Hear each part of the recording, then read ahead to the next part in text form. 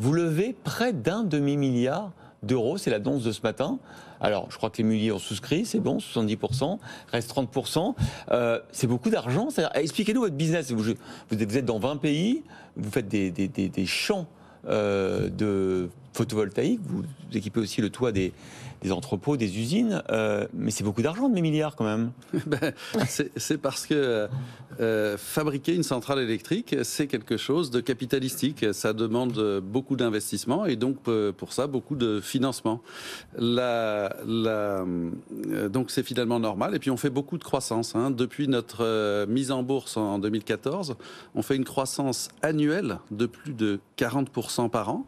L'entreprise a beaucoup progressé, mais cette croissance signifie des investissements et donc des augmentations de capital. Celle-ci a été effectivement souscrite par notre actionnaire majoritaire, la famille Mullier, mais aussi par notre autre partenaire, Proparco, de l'Agence française de développement. Et alors justement, cette augmentation de capital, votre objectif c'est de disposer de 5 gigawatts de projets renouvelables en portefeuille d'ici à 5 ans. Vous en avez 2,4 aujourd'hui.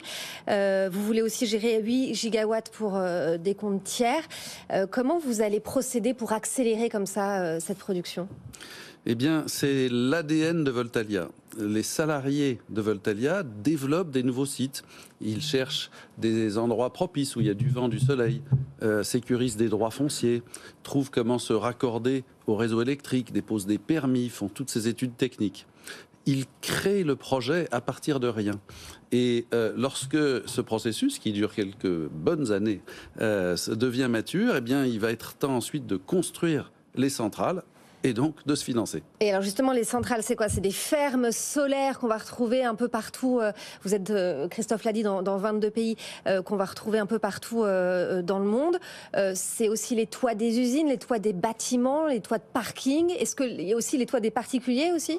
Pourquoi pas ? Enfin, on en fait un petit peu, mais l'essentiel de notre activité, ce sont les centrales photovoltaïques au sol. Et puis, ce qui grossit le plus, les toitures, mais sur les grands bâtiments. Ouais. Vous l'avez dit, les entrepôts. C'est plus facile en termes de foncier, j'imagine. C'est plus facile. Et puis, le processus de permis de construire est plus rapide. Ouais. Et en Europe, en ce moment, la rapidité, c'est quelque chose d'essentiel.